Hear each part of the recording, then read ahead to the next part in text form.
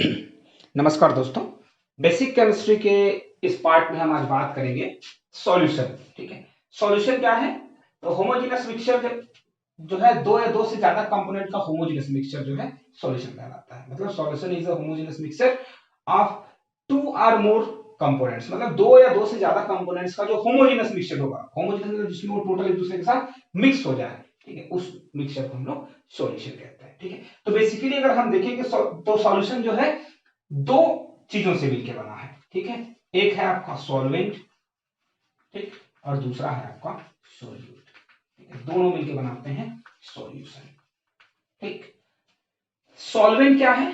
The major component of the mixture, homogeneous mixture is known as solvent, or the major component of solution is known as solvent. ठीक है, और the minor component of solution is known as solute. ठीक है, तो किसी भी solution का ज्यादा पार्ट, ठीक है, लार्जर पार्ट जो है वो सॉल्वेंट कहलाता है, और स्मॉलर पार्ट जो है वो सॉल्यूट कहलाता है।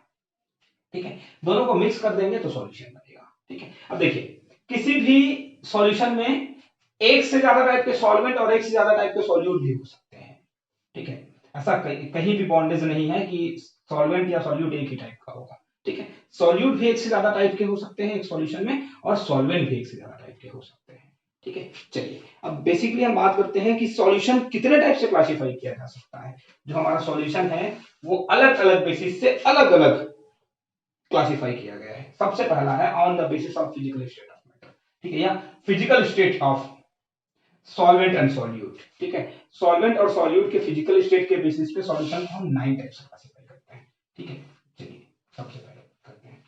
ठीक है, सबसे पहला है सॉलिड सॉलिड सॉल्यूशन। ठीक है, सॉलिड सॉलिड सॉल्यूशन का मतलब ध्यान से सुनेंगे। एक सॉलिड जो है आपका पहला वाला जो है वो सॉल्वेंट है। ठीक है, और सेकेंड वाला सॉल्यूट है। ठीक है, तो जब दो सॉलिड एक दूसरे में टोटली मिक्स हो जाए, ठीक है, तो इस टाइप का सॉल्यूशन जो है सॉलिड सॉलिड सॉल्यूशन कहलाता है। अब कुछ लोगों को लग रहा होगा कि एक सॉलिड दूसरे सॉलिड में कैसे मिक्स हो जाएगा। ठीक है, तो कंप्लीटली मिक्स हो जाता है जब पूरी तरीके से दोनों सॉलिड एक दूसरे में इतने ऐसे मिक्स हो जाए कि इसको हम सेपरेट ना कर पाए, अलग ना कर पाए, तब इसको हम लोग सॉलिड सॉलिड सॉल्यूशन कहते हैं।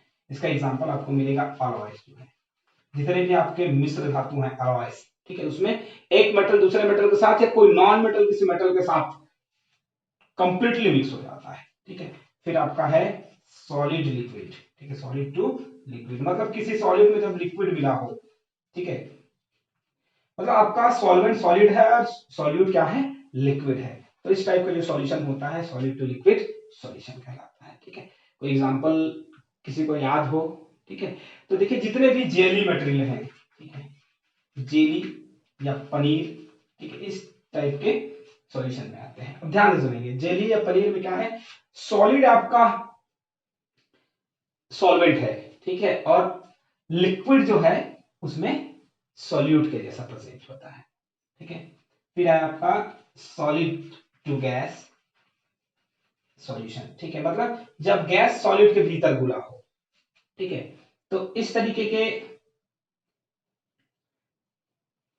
सॉल्यूशन को हम लोग कहते हैं सॉलिड टू गैस सॉल्यूशन। ठीक है, एग्जांपल क्या है? तो डिफरेंट गैसेस को किसी मेटल के ऊपर प्लॉट किया जाता है। ठीक है, किसी मेटल के ऊपर गैस का लेयर जो चढ़ाया जाता है वो इसका कॉमन एग्जांपल है। लेकिन उससे भी कॉमन एग्जांपल है आपका कैल्शियम कार्बोनेट।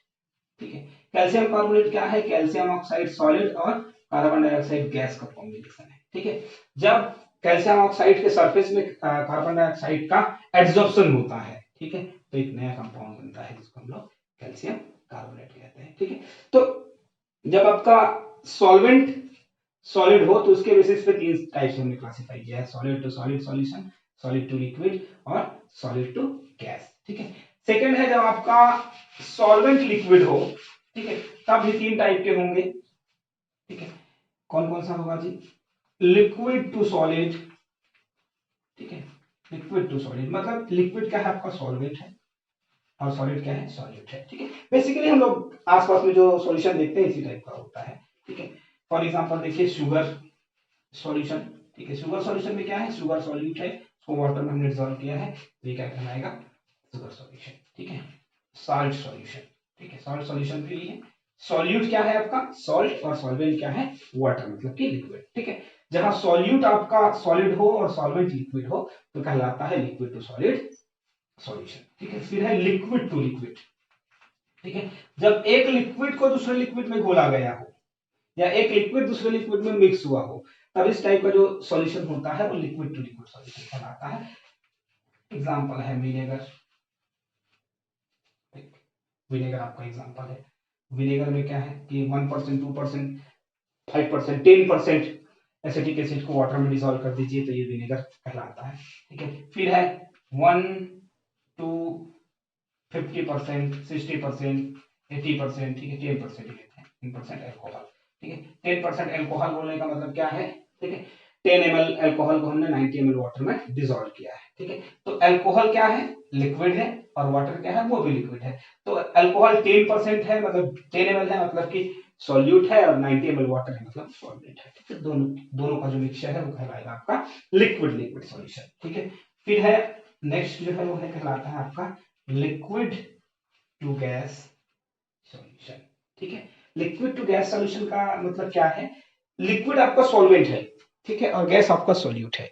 तो जब किसी लिक्विड में गैस घुला हो तब इस टाइप का सॉल्यूशन जो है लिक्विड टू गैस सॉल्यूशन कहलाता है। एग्जांपल है आप लोग बेसिकली जानते हैं कि सोडा वाटर जो है, ठीक है सोडा वाटर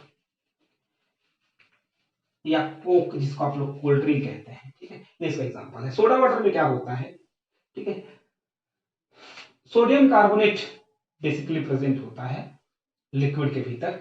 ठीक है, तो सोडियम कार्बोनेट जो है कार्बन डाइऑक्साइड जनरेट करता है। ठीक है, तो ये आपका क्या है वाटर प्लस कार्बन डाइऑक्साइड का कॉम्बिनेशन है। वाटर मतलब लिक्विड और कार्बन डाइऑक्साइड मतलब गैस, दोनों का जो मिक्सचर होता है वो कहलाता है आपका लिक्विड गैस सॉल्यूशन। ठीक है, कोक में क्या है, कोक में कोई एक लिक्विड होता है जो पीने के लिए यूज होता है, उसमें कार्बन डाइऑक्साइड को मिक्स किया जाता है तो ये कहलाता है आपका लिक्विड टू गैस सॉल्यूशन। ठीक है, आगे हम बात करते हैं बहुत कॉमन टाइप है फिर से।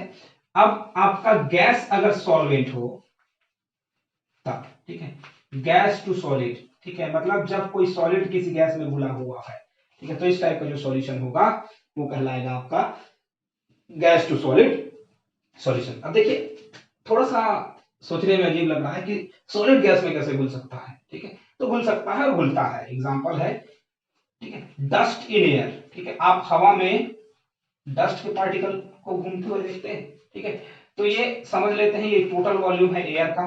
ठीक है, और छोटे छोटे पार्टिकल्स उसमें घूम रहे हैं। ठीक है, तो इसमें ज्यादा क्या है एयर ज्यादा है, ठीक है तो क्या होगा सॉल्वेंट, और डस्ट पार्टिकल कम है तो क्या हो जाएगा वो सॉल्यूट, और दोनों क्या कहलाएगा सॉल्यूशन। ठीक, नेक्स्ट जो है आपका गैस अभी भी सॉल्वेंट है और लिक्विड जो है वो सॉल्यूट है।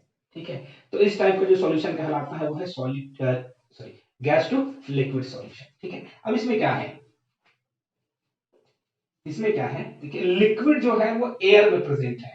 तो लिक्विड कैसे एयर में प्रेजेंट हो सकता है, तो वेपर के फॉर्म में। ठीक है, जब वेपर जो है हवा में प्रेजेंट हो तो इसको हम लोग गैस टू लिक्विड टाइप का सॉल्यूशन कहते हैं, या एरोसोल। ठीक है, एरोसोल क्या है जी, एरोसोल का मतलब है जब किसी वोलाटाइल को हम हीट करते हैं गर्म करते हैं तो वो वेपराइज हो जाता है। ठीक है, और वेपराइज होकर के भी वो ड्रॉपलेट्स के फॉर्म में, ठीक है बूंदों के फॉर्म में एटमॉस्फेयर में प्रेजेंट होता है तब इसको एरोसोल कहते हैं। ठीक है, एरोसोल भी क्या है इसका एक एग्जांपल है इसका गैस टू लिक्विड सॉल्यूशन का। फिर लास्ट जो है वो कहलाता है गैस टू गैस सॉल्यूशन। ठीक है, दो या दो से ज्यादा गैसों का जो मिक्सचर है वो आपका गैस टू गैस सॉल्यूशन कहलाएगा। ठीक है, सबसे कॉमन एग्जांपल है एयर, हवा। हवा क्या है, air is a mixture of different type of gases. ठीक है, ये बहुत सारे गैस के कॉम्बिनेशन से बनता है एयर।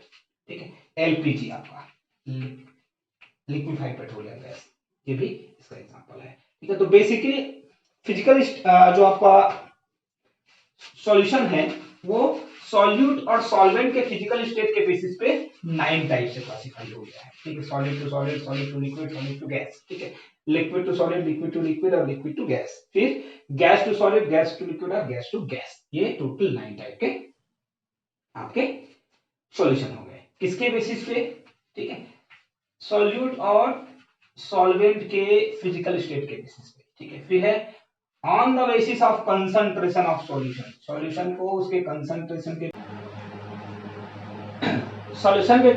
के बेसिस पे सॉल्यूशन को 5 टाइप से क्लासिफाई किया गया है। Dilute solution, concentrated solution, saturated solution, unsaturated solution और सुपर सैचुरेटेड सॉल्यूशन। सबसे पहले बात करेंगे कि डाइल्यूट सॉल्यूशन किसको कहते हैं। ठीक है, जब किसी सॉल्यूशन में सॉल्यूट जो है लिटिल बिट, बहुत कम अमाउंट में प्रेजेंट हो, तब उस सॉल्यूशन को हम लोग डाइल्यूट सॉल्यूशन कहते हैं। ठीक है, फॉर एग्जांपल अगर 2 ग्राम सिंपल सॉल्ट NaCl को हम 100 ml वाटर में डिसॉल्व कर दें, ठीक है, तो यहाँ सॉल्वेंट के कंपैरिजन में सॉल्यूट का अमाउंट बहुत कम है, तब इसको हम लोग कहेंगे डाइल्यूट सॉल्यूशन। ठीक है, सेकेंड है कंसंट्रेटेड सॉल्यूशन, ऐसा सॉल्यूशन जिसमें सॉल्यूट जो है डाइल्यूट सॉल्यूशन के कंपैरिजन में ज्यादा अमाउंट में प्रेजेंट होता है, उसको हम लोग कंसंट्रेटेड सॉल्यूशन कहते हैं। फॉर एग्जांपल अगर हम 20 ग्राम सॉल्ट को 100 ml वाटर में डिसॉल्व करते हैं, तब ये कहलाएगा आपका कंसंट्रेटेड सॉल्यूशन। कंसंट्रेटेड क्यों कहलाएगा? क्योंकि 2 ग्राम के कंपैरिजन में 20 ग्राम बहुत ज्यादा होता है। ठीक है, थर्ड जो है वो है सैचुरेटेड सॉल्यूशन। सैचुरेटेड सॉल्यूशन जो है एक स्पेसिफिक सॉल्यूशन है, हर एक सॉल्ट की एक मैक्सिमम सॉल्युबिलिटी होती है, मतलब रूम टेम्परेचर में या जो गिवन टेम्परेचर है उसमें किसी भी सॉल्यूट का जितना अमाउंट 100 ml वाटर में डिसॉल्व हो जाता है उसको उसकी सॉल्युबिलिटी कहते हैं। ठीक है, और जितना मैक्सिमम अमाउंट घुल जाता है उसको हम लोग सैचुरेशन पॉइंट कहते हैं। तो जब सैचुरेशन पॉइंट तक कोई सॉल्यूट जो है किसी सॉल्यूशन में घुला हो, तब उस सॉल्यूशन को हम लोग सैचुरेटेड सॉल्यूशन कहते हैं। ठीक है, मतलब ऐसा सॉल्यूशन जिसमें और एक्सेस अमाउंट में सॉल्यूट को उसी टेम्परेचर पे हम नहीं खोल सकते हैं, वो सैचुरेटेड सॉल्यूशन कहलाता है। ठीक है, फॉर एग्जांपल अगर हम देखें तो 35 ग्राम सिंपल सॉल्ट जो है 100 ग्राम वाटर में अगर डिसॉल्व है, तो ये आपका सैचुरेटेड सॉल्ट सॉल्यूशन कहलाता है। ठीक है, अनसैचुरेटेड सॉल्यूशन ऐसा सॉल्यूशन जिसमें सैचुरेशन पॉइंट तक या सॉल्युबिलिटी के लिमिट तक सॉल्यूट नहीं घुला है, उसको हम लोग अनसैचुरेटेड सॉल्यूशन कहते हैं। फॉर एग्जांपल देखें, लेस देन 35 ग्राम अगर सॉल्ट 100 ml वाटर में डिसॉल्व है, तो ये कहलाएगा आपका अनसैचुरेटेड सॉल्यूशन। ऐसे सॉल्यूशन में हम एक्सेस अमाउंट में और सॉल्यूट खोल सकते हैं। सुपर सैचुरेटेड सॉल्यूशन, ऐसा सॉल्यूशन जिसमें सैचुरेशन लेवल से ज्यादा या किसी सॉल्यूट की सॉल्युबिलिटी से ज्यादा सॉल्यूट घुला हो, तब उस सॉल्यूशन को हम लोग सुपर सैचुरेटेड सॉल्यूशन कहते हैं। ऐसा सॉल्यूशन जो है गिवन टेम्परेचर पे नहीं बनता है, इस टाइप का सॉल्यूशन बनाने के लिए टेम्परेचर हमको इंक्रीज करना है। ठीक है, तो ये कंसंट्रेशन के बेसिस पे 5 टाइप से क्लासिफाई किया गया है। तो टोटल कितना हो गया अभी तक है? फिजिकल स्टेट के बेसिस पे 9 टाइप से क्लासिफाई किया गया है, और सॉल्यूशन के कंसंट्रेशन के बेसिस पे 5 टाइप से क्लासिफाई किया गया है। इसके बाद जो है फिर से क्लासिफाई किया गया है on the basis of size of solute. ठीक है, सॉल्यूट के साइज के बेसिस पर सॉल्यूशन को 3 टाइप से क्लासिफाई किया गया है। ठीक है, सबसे पहला जो है वो कहलाता है आपका ट्रू सॉल्यूशन, सेकेंड कहलाता है आपका कोलाइडल सॉल्यूशन, और थर्ड जो है वो कहलाता है सस्पेंशन।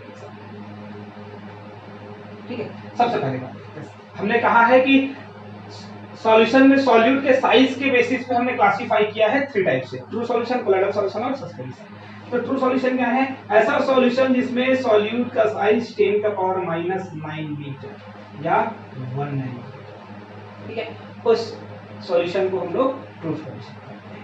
जिस सॉल्यूशन में सॉल्यूट का साइज 10⁻⁷ मीटर या 1 एंगस्ट्रॉम हो, ठीक है, उस सॉल्यूशन को हम लोग कोलाइडल सॉल्यूशन कहते हैं। ठीक है, और ऐसा सॉल्यूशन जिसमें सॉल्यूट का साइज 10⁻⁻⁴ से 10⁻⁻² मीटर तक हो, ठीक है, उस सॉल्यूशन को हम लोग सस्पेंशन कहते हैं। तो सॉल्यूट के साइज में डिफरेंस के बेसिस पे हमने इसको क्लासिफाई किया है 3 टाइप्स से। ठीक है, अब बेसिक बात ये आता है कि हम ट्रू सॉल्यूशन, कोलाइडल सॉल्यूशन और सस्पेंशन को आइडेंटिफाई कैसे करेंगे। तो कुछ कैरेक्टरिस्टिक्स होते हैं। ठीक है, ट्रू सॉल्यूशन जो होता है वो टोटल ट्रांसपेरेंट होता है। ठीक है, क्या होगा? ट्रांसपेरेंट, ठीक है, जबकि कोलाइडल सॉल्यूशन जो होता है वो सेमी ट्रांसपेरेंट होता है।